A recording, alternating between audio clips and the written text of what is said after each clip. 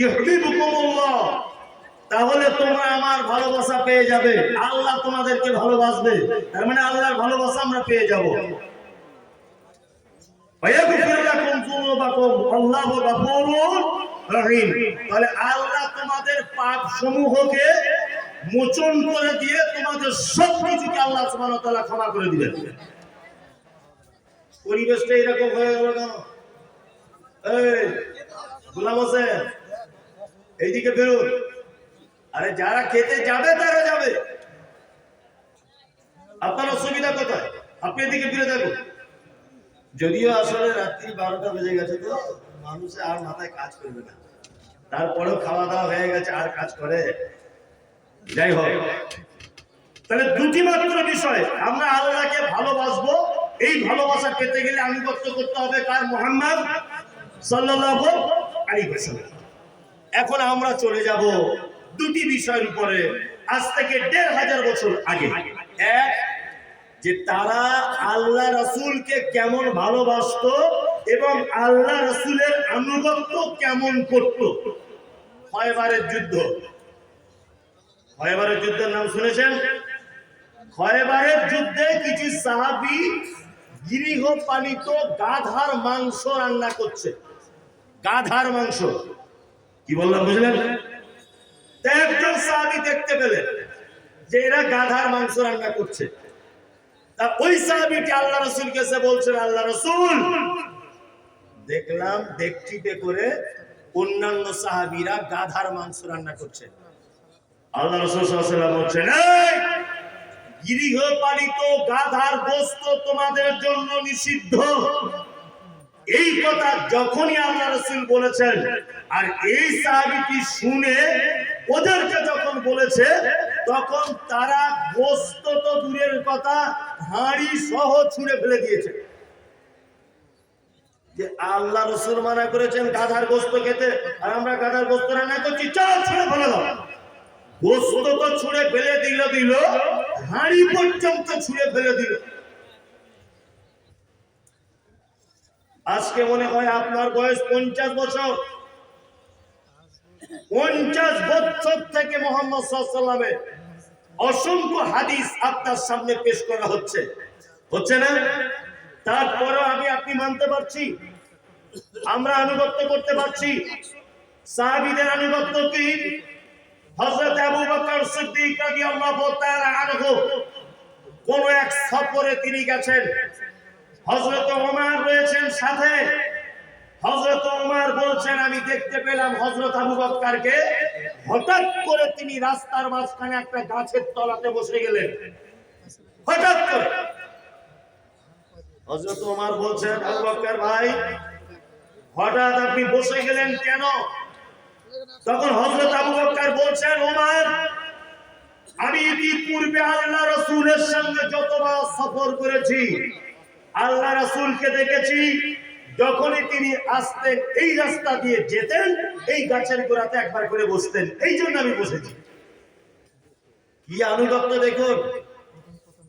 কি বললাম বুঝলেন নাই? সারা পৃথিবীতে আমাদের উপরে যত বিপর্যয়, যত কষ্ট, যত বিপদ, যত মুসিবত, তার একটি মাত্র কারণ, সেটা হচ্ছে এই, আমরা আমাদের জীবন চরিত্রে মুহাম্মদ রাসূলুল্লাহ সাল্লাল্লাহু আলাইহি ওয়াসাল্লামকে আদর্শ এবং আনুগত্য, এই দুটো থেকে আমরা দূরে আছি। এইটাই তার মূল কারণ। কারণ আল্লাহ নবী সাল্লাল্লাহু আলাইহি ওয়াসাল্লাম বলছেন, তারাক্তু ফীকুম আমরাইন, অতদিন মানুষ ভালোভাবে থাকবে, অতদিন মানুষ কল্যাণে থাকবে, যতদিন মানুষ দুটি জিনিসকে আঁকড়ে ধরে থাকবে। কি? এক, কিতাবুল্লাহ, আল্লাহর কিতাব আল কোরআন, আর সুন্নতে নববী মুহাম্মদ সাল্লাল্লাহু আলাইহি ওয়াসাল্লামের সুন্নাত। এই দুটো আনুগত্যের বাইরে যখন একটা মানুষ চলে যাবে, সারা পৃথিবীর যত রকমের অত্যাচার, অনাচার, অবিচার, জুলুম তার উপরে চলে আসবে। আসবে না? সাহাবীগণ আল্লাহ রাসূল সাল্লাল্লাহু আলাইহি ওয়াসাল্লামকে কত ভালোবাসতেন! আল্লাহু আকবার! আমরা সে ভালোবাসি? আমরা সে ভালোবাসি না। আমাদের ভালোবাসা অনেকটা ঠিক এইরকম। এলাকায় যখন কোন নেতা ভোটে জিতেছেন, তখন আপনি গিয়ে কি বলেন? আপনি গিয়ে তার বাড়িতে বলেন, বাবু আপনার জেতার পিছনে যে আমার কি অবদান আছে কি বলবো। যদি হেরে জেতার বলতো না, যে জিতেছে ও বলছে তোমার যখন এত অবদান, তাহলে তোমার সুযোগ সুবিধা যা কিছু আছে আমার পক্ষ থেকে পাবে, অসুবিধা কিছু নেই। আমরা অন্য কিছু মানি আর না মানি, আমাদের বর্তমানে কয়েকটি শূন্যতা আছে, আমরা খুব বেশি মেনে চলি, খুব বেশি মানি। আর কিছু কিছু জিনিস আছে তার ধারে পাশে আমরা যেতে চাই না। অথচ আল্লাহ নবী সাল্লাল্লাহু আলাইহি ওয়াসাল্লামকে সাহাবায়ে কেরামগণ এত ভালোবাসতেন, তার একটা দৃষ্টান্ত পেশ করছে। এই দেখুন ভালোবাসা কাকে বলে। বদরের যুদ্ধ হয়েছে কত হিজরিতে বললাম? 11। কত হিজরিতে? 2 হিজরিতে। কত? 2 হিজরিতে যুদ্ধ চলছে, তুমুল গতিতে যুদ্ধ চলছে, বদরের যুদ্ধ। আল্লাহ রাসূলের একজন সাহাবী, তার নাম আব্দুর রহমান ইবনে আউফ, তিনি বলছেন যে আমি বদরের এক সাইডে একটা গাছের দিকে দাঁড়িয়ে আছি, দুটি বাচ্চা ছেলেকে দেখলাম, মুআজ ইবনে আমর আর মুআজ ইবনে আফরা, দুটো বাচ্চা ছেলে। দুটো বাচ্চা ছেলেকে দেখছি, তারা যুদ্ধের ময়দানে এমন করে তাকাচ্ছে, এমন করে আইটেম করছে, মনে হচ্ছে আমার দিকে চলে আসবে, মারবে আমাকে। আব্দুর রহমান ইবনে আউফ বলছে, তার ভিতরে একটা ছেলে আস্তে আস্তে করে হেঁটে আব্দুর রহমান ইবনে আউফের কাছে এসে বলছেন, হে আল্লাহর রাসূলের সাহাবী, বলো তো আবু জেহেল কে? আবু জেহেল কে? তখন আব্দুর রহমান ইবনে আউফ বলছে, অনেক বাবা, তোমরা এইটুকু বয়সে আবু জেহেলকে খুঁজছো? আবু জেহেল তোমাদের দেখতে পেলে তোমাদের চামড়া তুলে দিবে। আবু জেহেলের ভয়ে সারা বদরের মাঠ থরথর করে কাঁপছে, আর তোমরা দুজন বাচ্চা ছেলে আবু জেহেলকে খুঁজছো? জানো কি আবু জেহেল? তখন একটা বাচ্চা ছেলে বলছেন, চাচা আবু জেহেলকে চিনি না। আবু জেহেলকে খুঁজছি কেন জানেন? বলছে কেন? বলছে আবু জেহেল শুনেছি আল্লাহর নবীকে নাকি গালাগালি করে, আল্লাহর নবীকে নাকি কষ্ট দেয়, যার মৃত্যু আগে লেখা আছে সে মরবে আগে। আপনি শুধু একবার বলুন আবু জেহেল কোন দিকে আছে। আব্দুর রহমান ইবনে আউফ বলছেন, ওই দেখো আবু জেহেল দাঁড়িয়ে আছে। আব্দুর রহমান ইবনে আউফ বলছেন, একজন শিকারী, সে যেমন তার ধনুক নিয়ে তার শিকারের দিকে এক নজরে যেমন তাকিয়ে থাকে, আমি দুটি ছেলেকে দেখতে পেলাম আবু জেহেলের দিকে এক দৃষ্টিতে দেখছে, দেখতে পেলেই তাকে শেষ করে দিব। বীর বিক্রমের মতো আসছেন কে?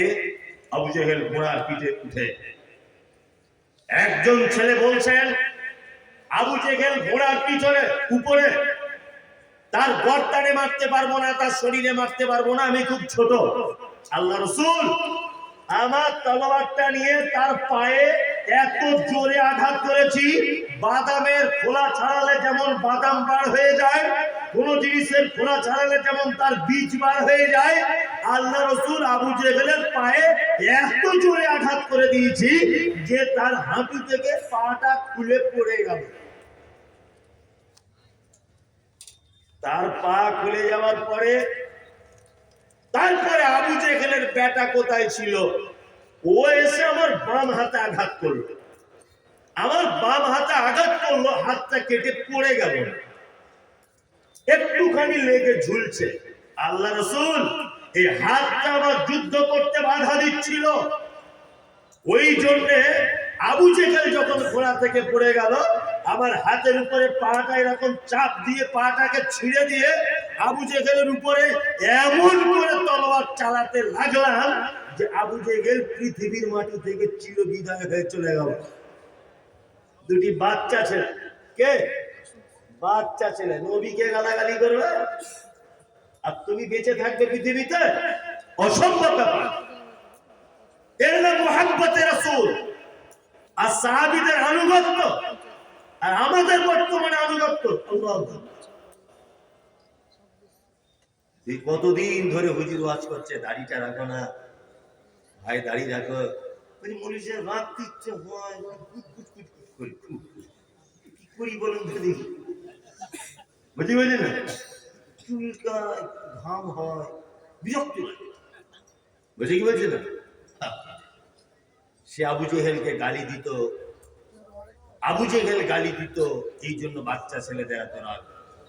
আর তুমি যে অসংখ্য আল্লাহ রাসূলের সুন্নতকে প্রতিদিন জবাই করছো, আল্লাহু আকবার, অসংখ্য মুসলিম করছে না? আমার মূল কথা, আনুগত্য করতে হবে মুহাম্মদ সাল্লাল্লাহু আলাইহি ওয়াসাল্লামের। মানুষ তো চলেই গেল, বাবুপুরে তো এরকম হয় না। কি জানি আজকে খাওয়া বেশি হয়ে দিয়েছে নাকি মাদারি সাহেবকে। আদায় তো এখানে আলহামদুলিল্লাহ সবাই এলাকার সব থেকে ভালো হয়, হয়েছেও নিশ্চয়ই, আমি ঠিক জানি না, আমার আগে হয়তো হয়েছে আলহামদুলিল্লাহ। আমি তো এই কথা আগেও বলেছি, আবার বলছি, লালগোলা থানার ভিতরে এখন সত্যি একটা মডেল মাদ্রাসা বলা যেতে পারে। একসঙ্গে দুটো প্রতিষ্ঠান চলছে, মানে এমন একটা প্রতিষ্ঠান যে আপনার ছেলে মেয়ে দুই ভাই বোন দুজন একটা প্রতিষ্ঠানে পড়তে পারবে ইনশাআল্লাহ, তাই তো? হ্যাঁ, পড়ছেও তাই, এটা খুব ভালো জিনিস যে আপনার বেটা বেটি ভাই বোন দুজন একটাই প্রতিষ্ঠানে পড়তে পারবে। সেই প্রতিষ্ঠান আপনাদের চোখের সামনে প্রতি বছরের ন্যায় এবছরেও প্রোগ্রাম হচ্ছে। আপনারা আল্লাহ রাস্তায়, মানে একই জমিতে আর কতবার নাঙল চালাবো বলুন, সন্ধ্যা থেকে চলেছে, তাই না? সব বক্তারাই তো আদায় করে গেছে না? আমি লাস্টে কি বলবো, লোক কি দিবে বলতেও ভয় লাগছে যে কত চাইবো। আমি আর নির্দিষ্ট করে কিছু চাইবো না। আপনারা আল্লাহর রাস্তায় মাদ্রাসার দিকে তাকিয়ে আপনারা মাদ্রাসাকে সহযোগিতা করুন। কারণ সত্যি বলছি, আগামী এমন একটা দিন আসছে, এই মিশনওয়ালারা যেভাবে উঠে পড়ে লেগেছে, এই মাদ্রাসাগুলো আস্তে আস্তে আস্তে আস্তে অনেক মাদ্রাসা বন্ধের পথে। এই যে শাইখুল হাদিসরা এদিক ওদিক করে কঠোর পরিশ্রম করে, কমিটিরা পরিশ্রম করে এই যে মাদ্রাসাগুলো টিকিয়ে রেখেছে, আপনারা এগুলোর দিকে একটু নেক নজর দেন। কি বললাম বুঝলেন? আল্লাহ সুবহানাহু ওয়া তাআলা বলছেন, ইউমিনুনা বিল্লাহ, তোমরা আল্লাহর প্রতি বিশ্বাস করো, ওয়াল ইয়াউমিল আখির, কিয়ামতের প্রতি বিশ্বাস করো, ওয়া ইয়ামুরুনা বিল মারুফ, ভালো কাজের আদেশ প্রদান করো, ওয়া ইয়ানহাউনা আনিল মুনকার, মন্দ কাজে নিষেধ করো, ওয়া ইউসারিউনা ফিল খায়রাত, ভালো কাজের জন্য পরামর্শ দাও, ভালো কাজের জন্য দৌড়ঝাঁপ করো, ভালো কাজের জন্য তোমার যাবতীয় যা কিছু দিয়ে তোমার সহযোগিতা করলে ভালো হয়, তুমি সেই সহযোগী হয়ে যাও ভালো কাজের জন্য। মাদ্রাসা একটা ভালো কাজ নয়? ভালো কাজ কি ভালো কাজ নয়? ভালো কাজ।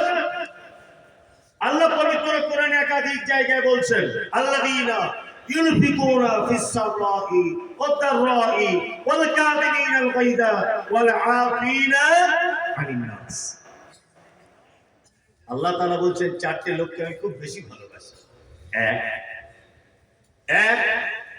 এক হচ্ছে আল্লাযীনা ইউনফিকুনা ফিস সাররাই ওয়াদ দাররাই, যারা দান করে সচ্ছলতায় অসচ্ছলতায়, ওয়াল কাযিমিনাল গায়যা, রাগ হলে যারা রাগকে কন্ট্রোল করে, চার ওয়াল আফিনা আনিন নাস, আর যারা মানুষদেরকে কি করে ক্ষমা, কেউ অপরাধ করেছে তাকে ক্ষমা করে দেয়।